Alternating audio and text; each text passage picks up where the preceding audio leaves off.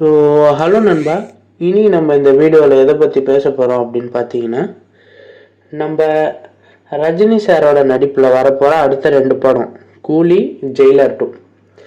இப்போ இந்த 2 படத்தை பற்றி தான் இந்த வீடியோவில் நம்ம தெளிவாக பேச போகிறோம்.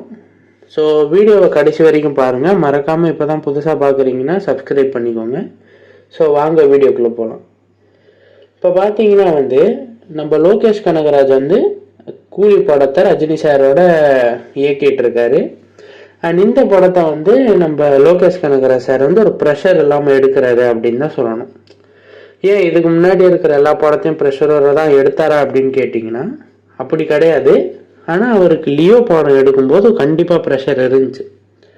அது ஏன் அப்படின்னு பார்த்தீங்கன்னா, லியோ படத்துக்கு டேட்டு முன்னாடி அனௌன்ஸ் பண்ணதுனால இதுக்குள்ளே இந்த படத்தை எடுத்து முடிக்கணும் அப்படின்ற ஒரு ப்ரெஷர் இருந்துச்சு. அது மட்டும் இல்லாமல் விஜய் சாருக்கும் லோகேஷ் கனகராஜ் சாருக்கும் நடுவில் ஒரு சின்ன பிரச்சனை ஒன்று போயிட்டு இருந்துச்சு. உங்களுக்கு தெரியும், லோகேஷ் கனகராஜோட படத்தில் பெரும்பாலும் பாட்டெலாம் இருக்காது.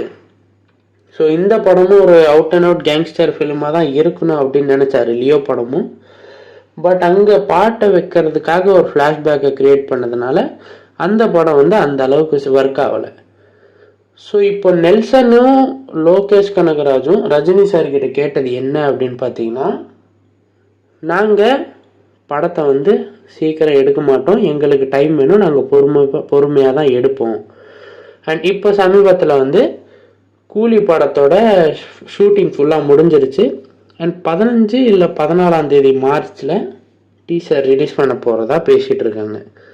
ஸோ இதை பற்றி உங்கள் ஒப்பீனியன் என்ன அப்படின்றத மறக்காமல் கமெண்ட்ஸில் சொல்லுங்கள். தேங்க்யூ.